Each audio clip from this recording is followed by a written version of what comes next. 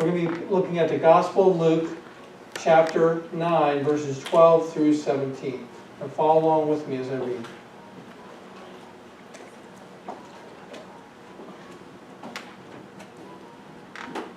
Now the day was ending, and the 12 came and said to him, "Send the crowd away, that they may go into the surrounding villages and countryside and find lodging, and get something to eat, for here we are in a desolate place." But he said to them, "You give them something to eat." And they said, "We have no more than 5 loaves and 2 fish, unless perhaps we go and buy food for all these people." For there was about 5,000 men. And he said to his disciples, "Have them sit down to eat in groups of about 50 each." So they did so, and they had them all sit down. Then he took the 5 loaves and the 2 fish, and looking up to heaven, he blessed them and broke them, and kept giving them to the disciples to set before the people. And they all ate and were satisfied, and the broken pieces which they had left over were picked up, 12 baskets full. And may God add the blessing to the reading of his word. And we're going to be looking at, we have 3 points that we would like to cover this morning: the circumstances, the instruction, and then the provision. When someone has an issue or a circumstance that's challenging to the natural eye, they propose solutions and they propose ideas, and then they have things that they want to do, and rather than seeking and looking to God for their instruction first. So often it happens. We come to a place where we think, well, I know the answer, I know what to do. I know how to do this, I got this. And then God, we propose a solution and the answer to God, and God has the answer all along. Today we're going to be looking at that. Disciples had a dilemma. There was people there that they were ministering to, and they were hungry, as often we get when we don't have food for a while, and they needed lodging. And the disciples said, well, here we are, we're going to go and get some food. And so Jesus proposes a solution, and then Jesus provides in abundance. So that's what we're going to be looking at today. We're looking at our first point, the circumstances. Now, last week when I talked about in our message, I used a couple verses that are part of this as well, verses 10 and 11, which lead up to this very situation and circumstance. And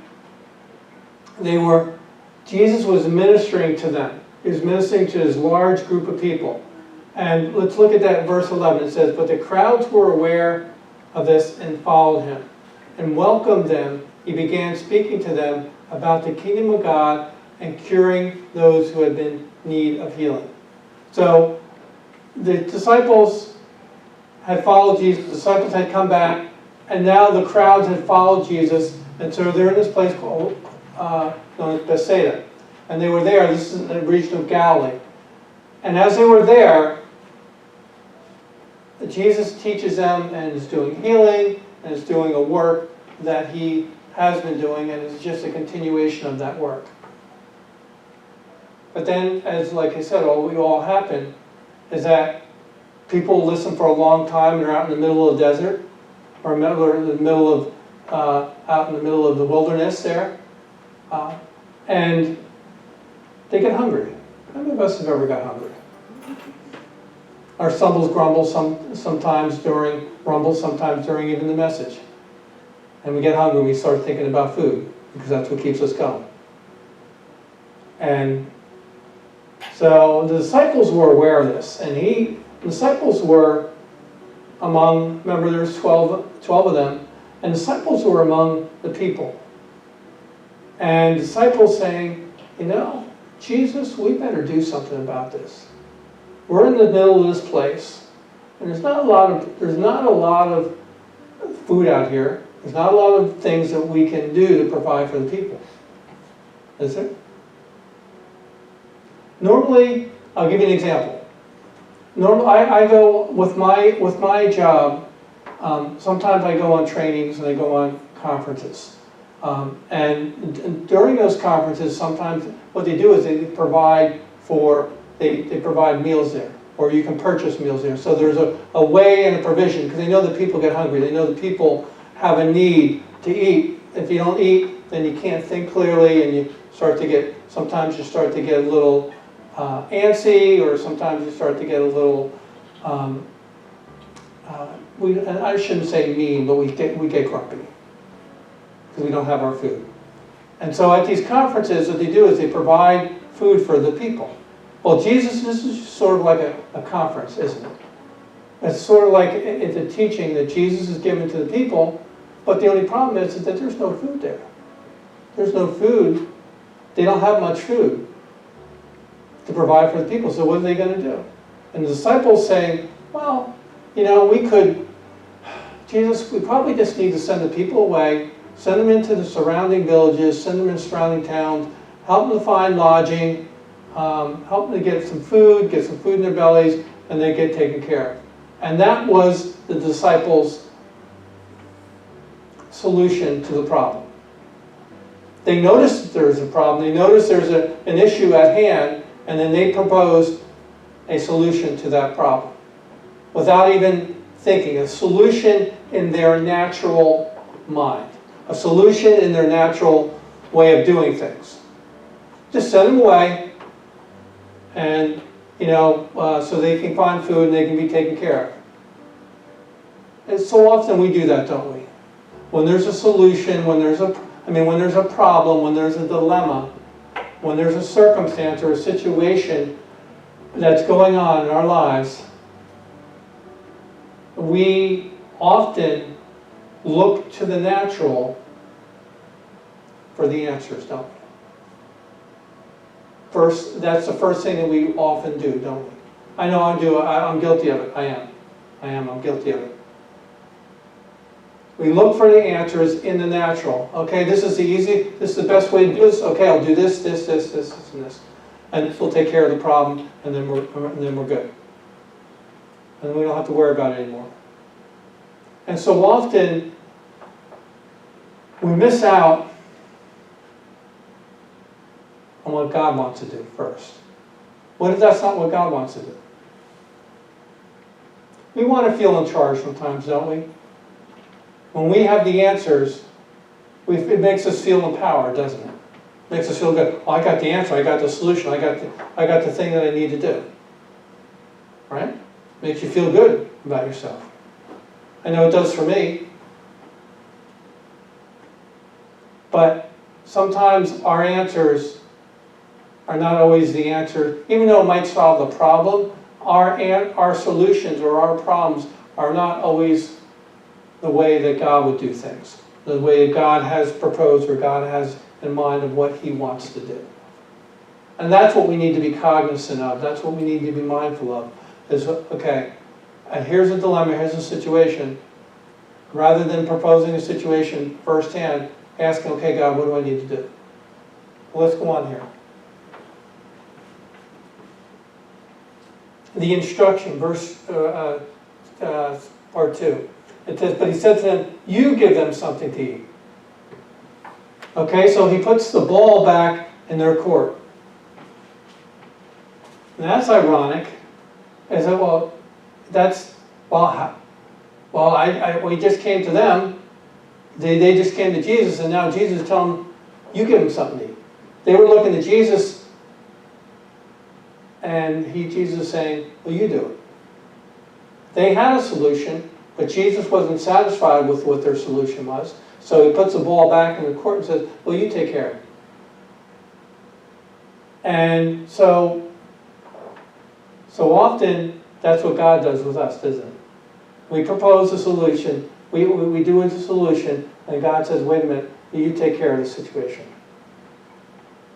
And watch and see what I can do. But we don't often want to take that responsibility, do we? When God gives us a responsibility, we propose an answer to God, but then God proposes something different. We don't always like that because it's not comfortable. It's not what we're used to, is it? Sometimes God's way of doing things is not comfortable with us. It doesn't make sense, does it? We're, as human beings, we're comfortable with the way we know how to do things, the way we're used to doing things. We don't, as human beings, we don't like change. And the older we get, the less we like change. And less we like things set, we like things order, we like things done the way they're supposed to be, the way we think they should be done. And then the older we get, when we're younger, we're like that, and then when we're older, we kind of revert back to it. But the reality, because it feels comfortable, it feels safe. But God was saying, I understand what you're saying. Here, I know your solution, but I'm going to put the ball back in your court, and I'm going to propose something different. And that's something that we have to be okay with. We have to come to a place where we're okay with what God says to do. There's a problem, and there's a need of a solution, and we provide that solution in our own mind, in our own set, but then God puts it back on us and proposes something different that we're not used to or not comfortable with, and that's where a place where we have to be okay with that. We have to be okay with what God says He wants to do.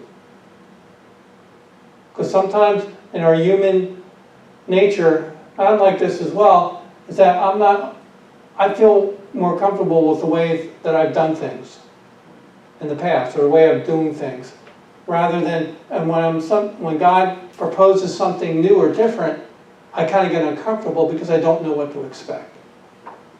How many of us have ever been there before? It's where God proposes something different than what we propose, and we kind of get uncomfortable with that. Because we're at what happens is that we're out of control. We think when God puts it back in our court, is saying that I'm going to be in control, but I'm going to give you the tools and the things necessary in order to carry out the solution to the problem. But I'm going to be in control. It's when we propose the answer or the solution to God, it's that we're still in control, aren't we? Yeah. Rather than submitting and to God and saying, okay, God, I can't do this. What's your answer? What are you going to do? What do you want to do? And God says, okay, here's my solution. Here's what I want to do. This is how we're going to do it. And this is how I'm going to equip you to do it. Because He wants to use us as people to what? To carry out His solution or His answer to the dilemma or the thing that's going on at that moment. Let's go on here. And they said, we have no more than 5 loaves and 2 fish, unless perhaps we go buy food for all these people. Now again, Jesus puts the thing back in them and said, okay, Jesus, we have 5 loaves and 2 fish. How is this going to happen, Jesus? How is this going to happen? What's going to happen here? And so often,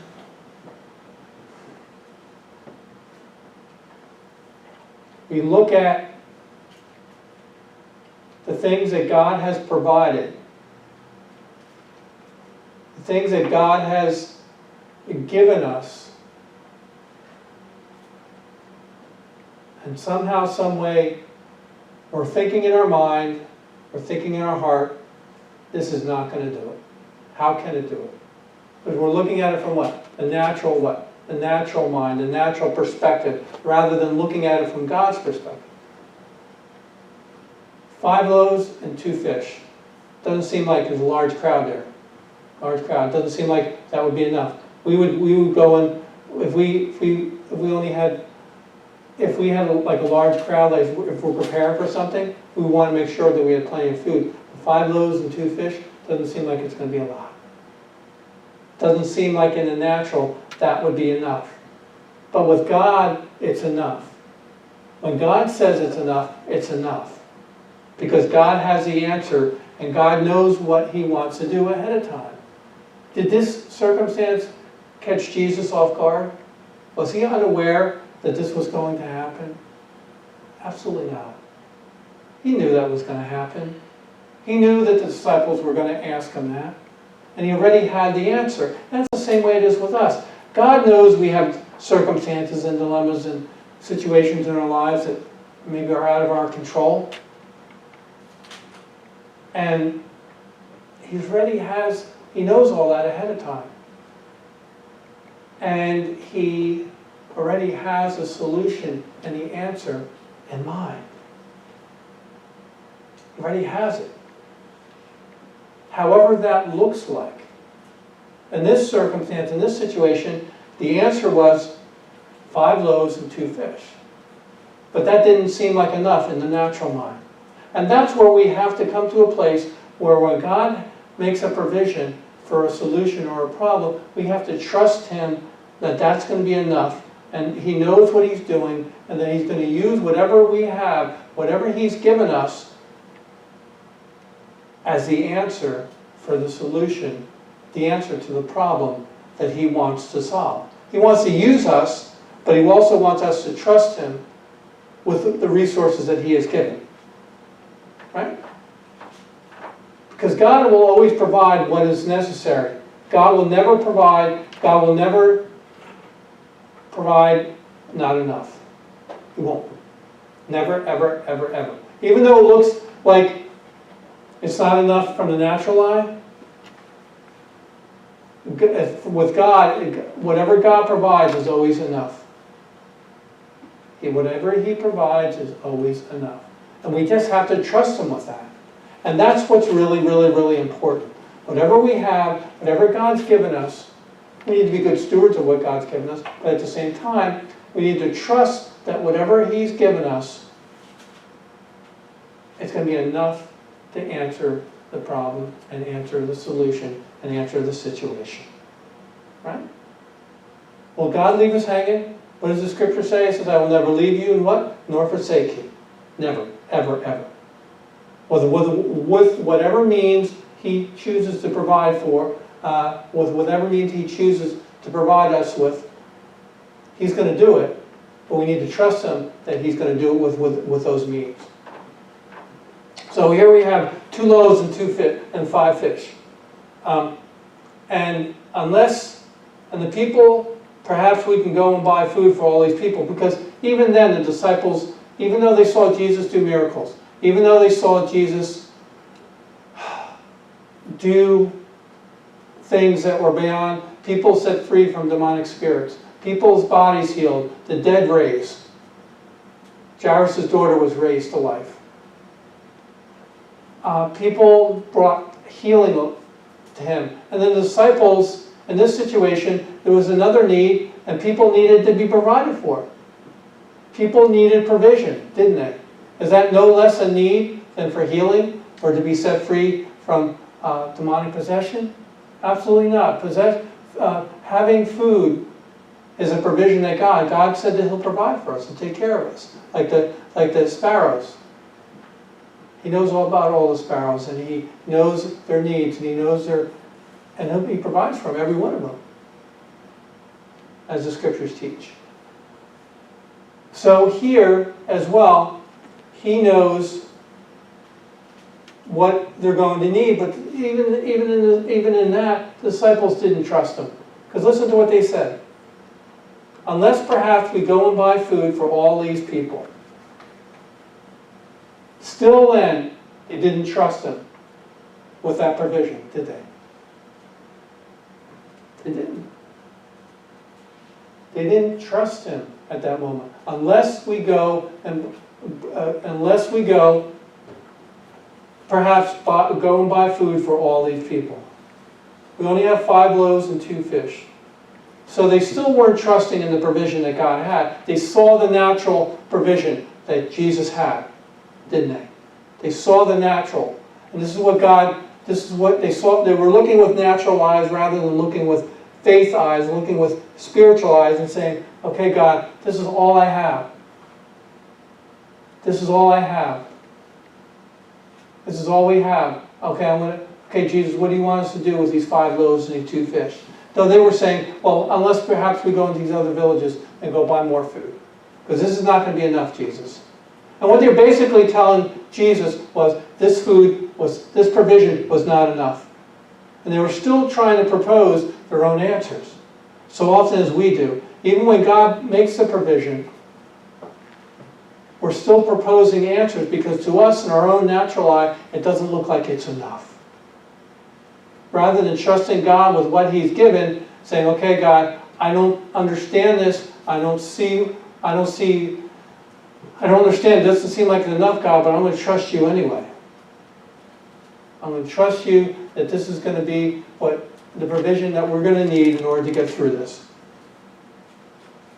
And then it says, for there were about 5,000 men. I'm sure you've heard this message before, but it wasn't just 5,000 men. It was probably their wives and probably children. So you're looking probably more like over 10,000 people.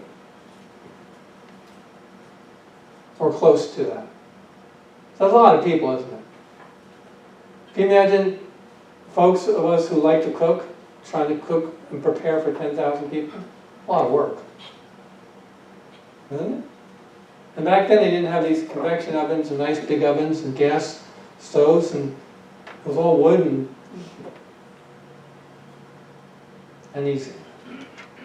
So, but God already knew. So here you're looking at like 10,000 plus people, and you have 5 loaves and 2 fish. But you've seen Jesus do all these miraculous things. You've seen Jesus heal. You've seen Jesus raise the dead. You've seen Jesus set people free from demonic spirits. You've been a part of that. You participated in it, and you've done that yourself. Remember, the disciples went out, and that's what they did. But here is where it's really hard. It's where we have to come to a place. We're saying, God, I don't understand this, God. I don't understand this. I don't understand your provision, but I'm going to trust you, God. Somehow, I'm going to trust you. I'm going to trust you, God. Because you're able to provide. You're able to do the miraculous. You're able to do what only you can do. What only you can do in this circumstance and situation. And I'm going to trust you. And that's the place where He wants us to come. It's a place of trust, trusting Him that He is able to do whatever He says He's going to do with whatever means He has provided for us to do it. Right? He can do that. Absolutely. Absolutely. And He said to His disciples, have them sit down to eat in groups of about 50 each. Remember, Jesus already had a plan, didn't He? And this was Jesus' instruction. He knew how many people were there. He knew how much means He had. And He knew the plan that He was going to do. And so, of course, God is a God of order, isn't He? He's not a God of chaos, but He's a God of order. And so God had an order and a plan set up. He's going to, okay, we're going to have people, this is a large crowd here, we're going to have them set up in groups of 50. And so if you say that, that's probably about 200 people. If you have about 10,000 people, it's probably about 200 people per group. So it's a little bit more manageable. So think about this. What about Jesus saying, okay, now the disciples were saying, okay, God, I don't understand this, but I'm going to follow your lead. You've seen Jesus do great things. And Jesus says, I know you don't understand. I know you're still thinking that you can do this, but just follow me. And that's all He says to us. He says, just follow my lead. Follow my instruction. I'll tell you, do what I tell you to do, and it's going to be okay. Won't it? Just do what I tell you to do. And so He had them, the first instruction was have them get into groups. And then think about this. This is funny. I just thought about this. There wasn't even enough to have 1 loaf and 1 fish for each of the disciples. Because you think about it, it's only 7. And how many disciples are there? 12. Think about that. And so, disciples go over to where the fish are, and and the bread, and they just start taking. They just start taking. And then they start distributing to the people. And they keep taking, and it never runs, it doesn't run out, it doesn't run out, it doesn't run out until everyone is what? Provided for. And it says here, they did so and had them all sit down. And so they all had them all sit down in their groups. And he took the 5 loaves, 2 fish, and looking up to heaven, he blessed them and broke them and kept giving them to the disciples to set before the people. So you see how Jesus, of course, my boys and I and my family, we always give thanks to the Lord before our meals. And obviously, provision comes from, why do we do that? Because we have to? Because it's a ritual? Because it's, well, you better bless your food before you eat, because it's the right thing to do. No, because we do, because we're thankful to who? To God, from whom our provisions have come from. And what does Jesus do? Jesus, his provision came from where? His Father, didn't it? And so obviously, what does he do? He blesses, he takes the bread, he blesses it, and he thanks his Father for the provision. Doesn't he? Rather than not, and this is really important, folks, because sometimes we look at the negative side of our provisions that God has given us. And we say, God, this is not enough. Rather than thanking him and blessing him for what he has given us. Right? Think about that. Think about that perspective. Thanking him for what he has given to us. For the solution and the problem. Because all our answers and all our solutions come from whom? Ultimately, from him. Right? Don't they? And thanking God for that. And what thanking God means is that, okay, God, thank you that you are going to provide for what, thank you for what we have and what you're going to do here in the circumstance, in this situation. Thank you, God. And it's an act of faith. It's an act of worship to God, saying, God, thank you. Thank you for this food. Thank you for this blessing. Not just a ritual that you have to do, because it's what you do, it's because it's what you're supposed to do. It's because it comes from an overflow of a heart of thanksgiving to God, saying, God, thank you for what you provided for. And then you watch what God has done. Count your many blessings, see what God has done. Count your many blessings, name them one by one. Right? Count your blessings. And you see what God has done and will do. Right? Because he's got a wonderful plan that he wants to accomplish. And we, in faith, give thanks to him for the solution, don't we? And as we give thanks, what happens? The provisions come, doesn't it? Think about that. Because the disciples came to Jesus. And they came to him. And they kept coming to him. And kept coming to him because Jesus... And they kept going and distributing and going and distributing and going and distributing to probably 10,000 plus people. And they kept coming to him. And the solution, God's solution and God to the answer was it didn't run out.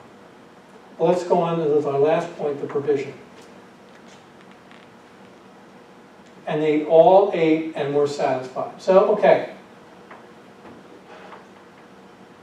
They all ate and were satisfied. In other words, their tummies were what? Full. That's a good feeling sometimes, isn't it? When your stomachs are full after a nice, good meal. That's a good feeling. I like that feeling. And so they were all satisfied. In other words, they were all had what they needed. They were all had what they needed in order to be satisfied with their hunger. But listen to this, and this is really important. Because the last part of this verse says,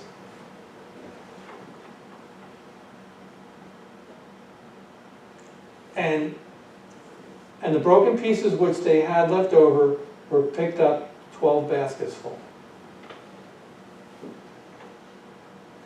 I'm not sure how many fit in the basket. But here they had going from a negative resource to a positive, overflowing, abundant resource. The people were taken care of, and then they had an abundance, didn't they? 12 baskets full of abundance of food. Right? Think about that. Think about how God does things sometimes. God sometimes just doesn't provide and just meet our needs, but what God does sometimes is that He overflows in abundance with our needs. Pressed down, shaken together, overflowing. And that's what we need to trust Him for. Even when we look at the things that we have, say, God, this is not enough to meet this need. But when we're obedient to Him, and this is really what's really important, folks, it's when we're obedient to His instruction, even though we don't understand, even though we don't know, we can't see what He's doing with the meager means that we have, or what He's provided for, as we trust Him with what He's given us, and we use that, He meets the need, but not only does He meet the need, sometimes He overdoes it. He does what? He overflows in abundance, doesn't He? And that comes from faith, from us trusting Him. It's one, and I struggle with this sometimes too, is that when I don't trust Him, then I miss out on what He wants to do and wanted to do in my circumstance, in my situation. Right? And sometimes that's where we just have to trust Him. Oh, God, I don't understand what You've given us.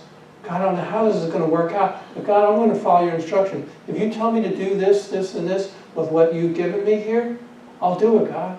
But I don't see how it's going to happen. But I'm going to do it anyway.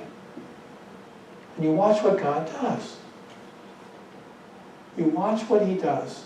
And you see the provisions that He provides as a result of that. Right? It doesn't take a lot. Tell me this.